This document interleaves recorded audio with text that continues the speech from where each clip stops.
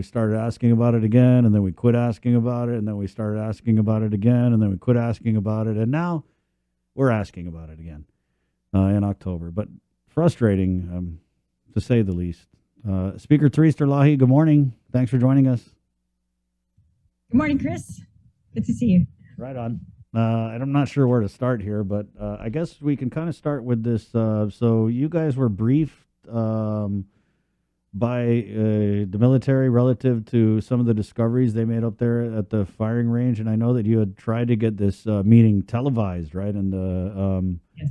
the high command denied that request.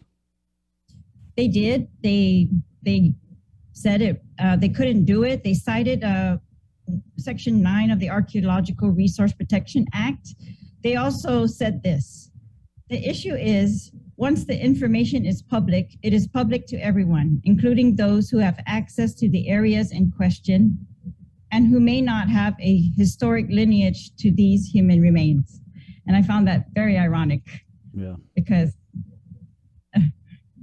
they're the ones who don't have a historic lineage to these remains, and they're the ones who are discovering them. Yeah, and have access. And I don't think most of us Chamorros have any access to those areas, especially under construction, or and of course, base access is very limited. But so I had asked for the meeting because, I had asked for this at the programmatic agreement annual meeting that they have. I had just made a comment that the information that they provide is kind of a list of, we found pottery, we found this, we found that, but it really gives us no context. It doesn't show us where they found these things. It doesn't show us, where that was in relation to what we call magua, where the pottery, where the lati, where the lusong were found in relation to where the human remains were found. All of that, I think, give a much clearer picture. So I had asked them if they could show us maps that, put these all down on a map. And I know that they do that for themselves, but they were not sharing those with us during those meetings. So I had asked for that. And I think that's very important information for the people of Guam to know. This is their heritage. And I think the more that they learn about their heritage, the better they will be able to interpret what these findings are. And, we have I think this also helps with identity. We have children growing up now who are yearning to know more about their identity. I think this is a very important tool in giving them all the knowledge that we can to show them the brilliance and the fortitude of their ancestors.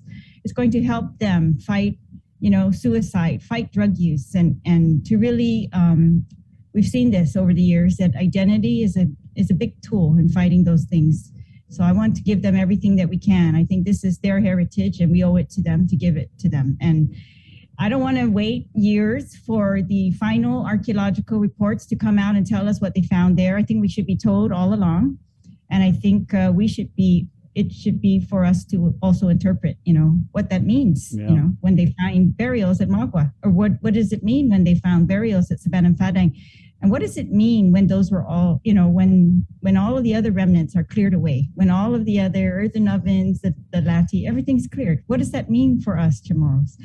I want people to think about that now while it's happening, not 20 years from now to have regrets about that having happened. 20 years from now, we might have technology that tells us so much more about these things that they have removed.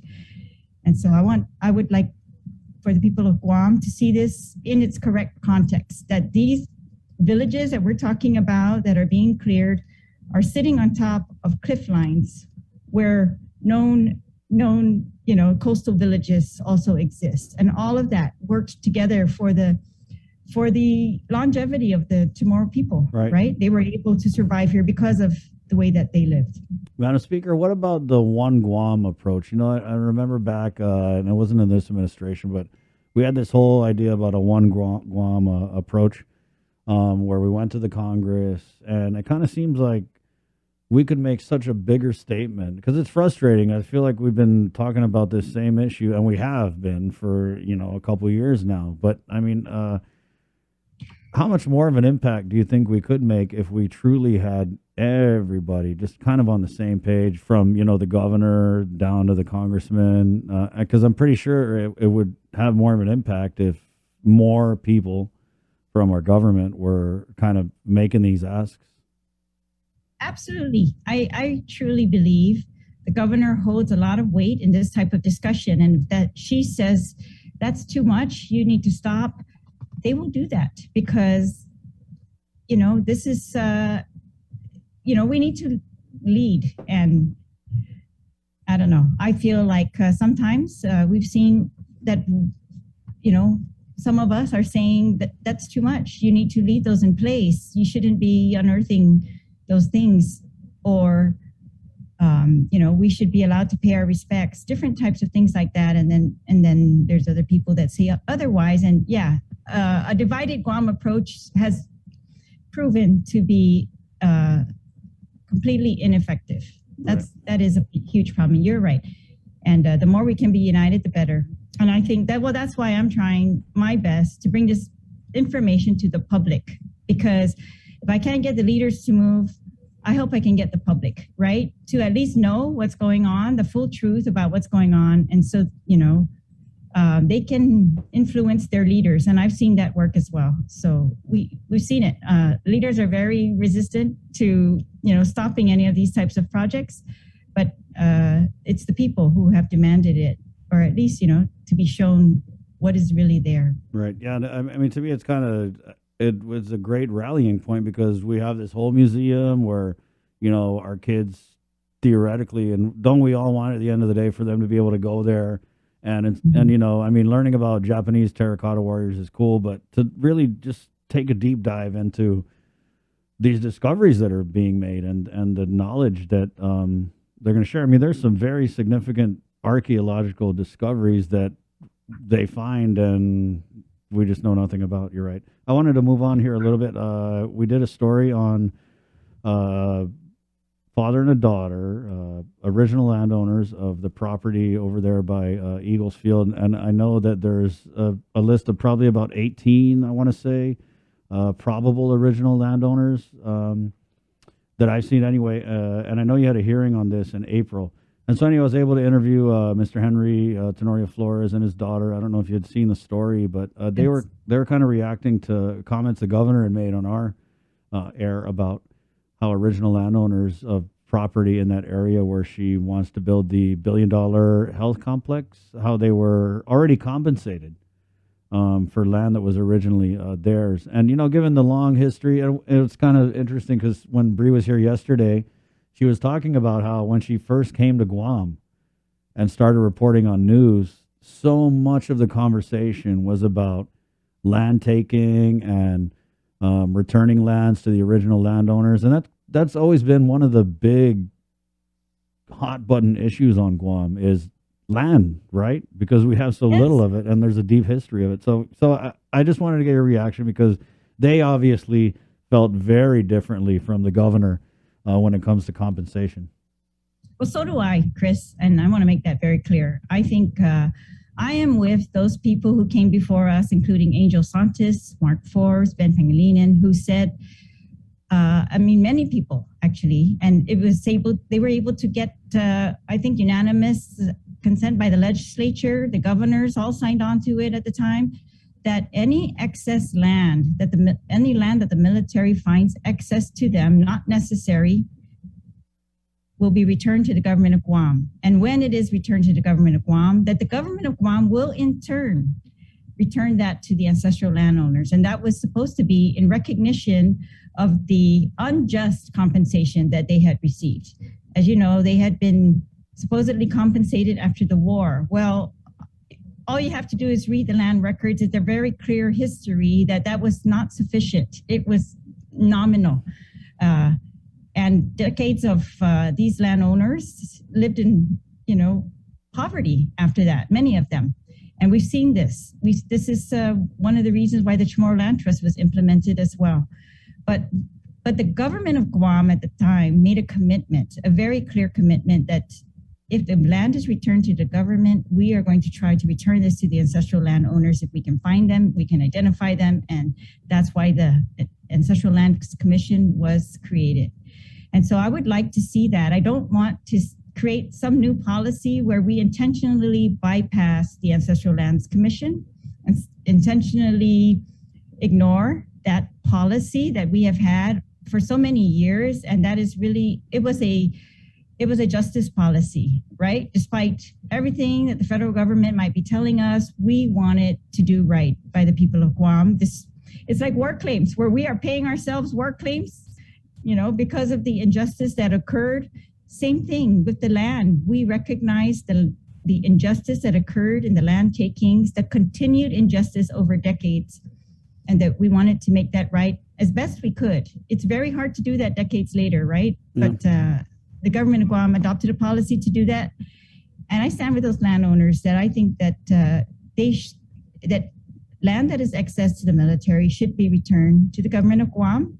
The government of Guam should not find, clever ways around that. Let's lease it back from the military instead of just demanding that it be returned because it's excess.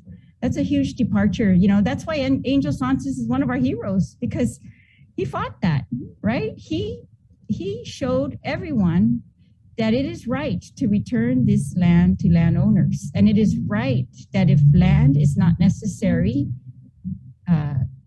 to be used by the military and it's sitting there vacant, that it can be returned. That's what I'm saying. It's just such common sense, and I just don't understand how the governor could just throw a comment like that out there, given that she should know full well the history of the land takings on island and how sensitive the issue is.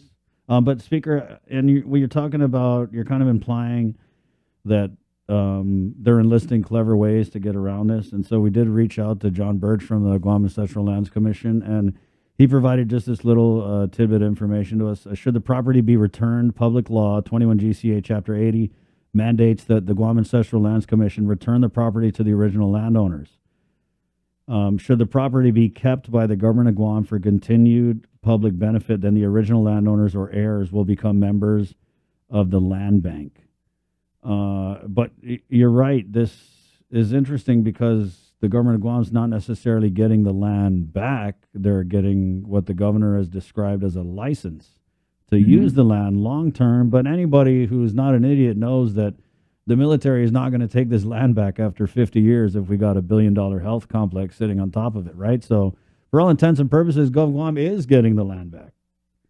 Yes, but they're not getting it back in a way that they can, be held accountable under this law.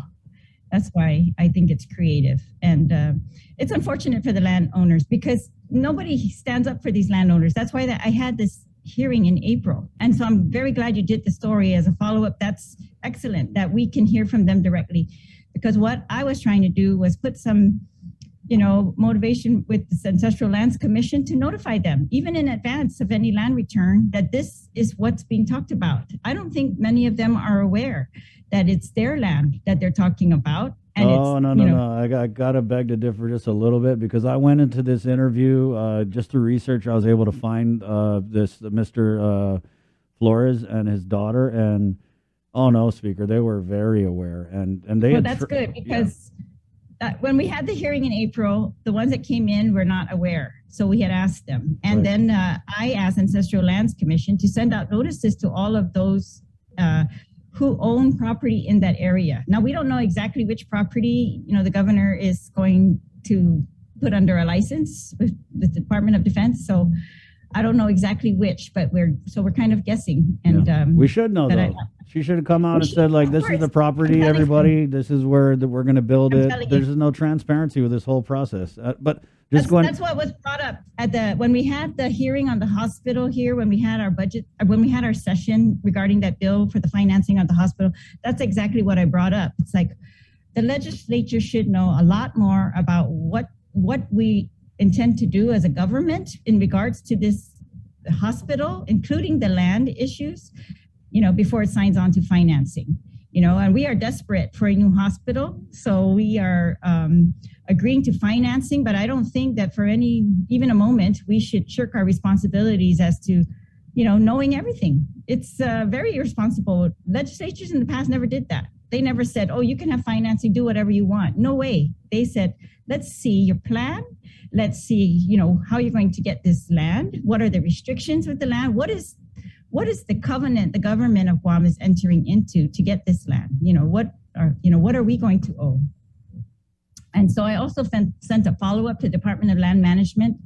I've been told that there are other lands that have been returned and that the government might have other plans for these properties as opposed to, again, giving them to the Ancestral Lands Commission to return to the landowners. So I wanted to follow up on that as well. So I think there may be other properties that we need to talk about. And I know there are other original landowners who want to kind of sound off on this issue. And so Elsie Yes. and Mr. Flores, the father-daughter I interviewed, they had been tracking this new hospital story, and they were telling me, especially Miss Elsie was telling me that when they started talking about it, of course they're very interested, and they only got more interested when Eagles Field was being mentioned because obviously you know the history. And man, we're talking about, and this is so true for so many of our people who were land rich at any one point in their family's history. A lot of them end up with no other option than to live on Chamorro Land Trust land. And it broke my heart to go to this guy's, Mr. Flores' property speaker, because so much of our conversation about the Chamorro Land Trust has been, a lot of it has been kind of like, God, why don't they take care of their property? There's abandoned vehicles, there's illegal dumps. So I'm driving into Atticao and I'm driving past all these Chamorro Land Trust properties with, abandoned vehicles and whatever. So I got to go way into Mr. Flores' house, which is on Chamorro Land Trust property, because he doesn't have any more land. And it was the nicest place in the area, well kept. He had huge donate trees, you know what I mean? So he's carved out a life after 91 years, but he's never given up on the hope that someday he might get that land back, or at the very least be fairly compensated for it.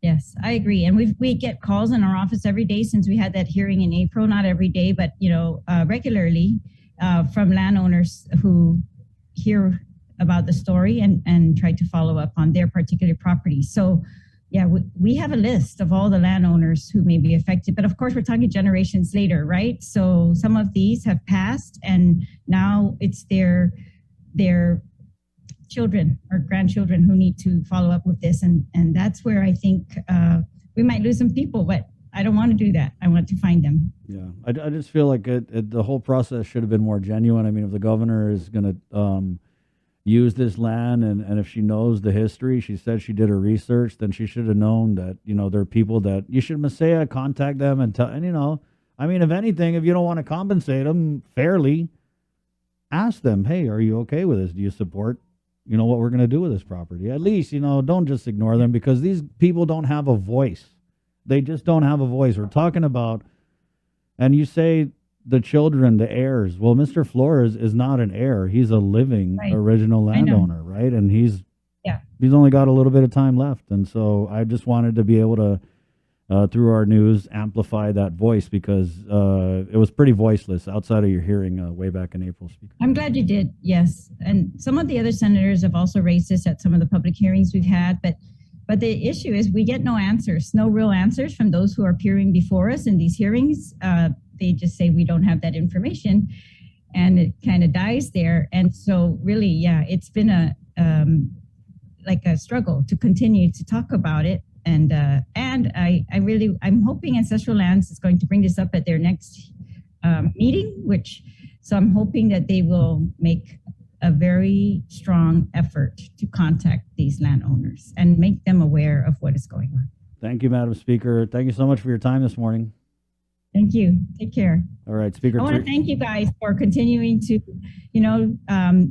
bring people on, get additional information than what is actually covered in some of the news, and to get the full story. I really appreciate that. I think it's been very helpful throughout the pandemic, especially. I think you guys have really done a lot of encouraging, of the government's policies. Like when the government says stay home, Chris, I can hear your voice yelling, stay home. Sorry. And when the government says wear a mask, it's you guys who have really set out the example, and you've continued to encourage people to do what is necessary to protect themselves. And I want to thank you for all of your efforts in that. I know it's not been easy, but you brought on every government agency into this and brought to all of us additional information. And I want to thank you for that. Thank you, Madam Speaker. It is 8:01. We're KUAM FM in Agani, Guam on the Breeze side. Let's get ready to jump over to KUAM TV, shall we? Where Sabrina Salas-Matanani is standing by to deliver our 8 o'clock newscast. Ladies and gentlemen, this is The Link. KUAM TV, here we come.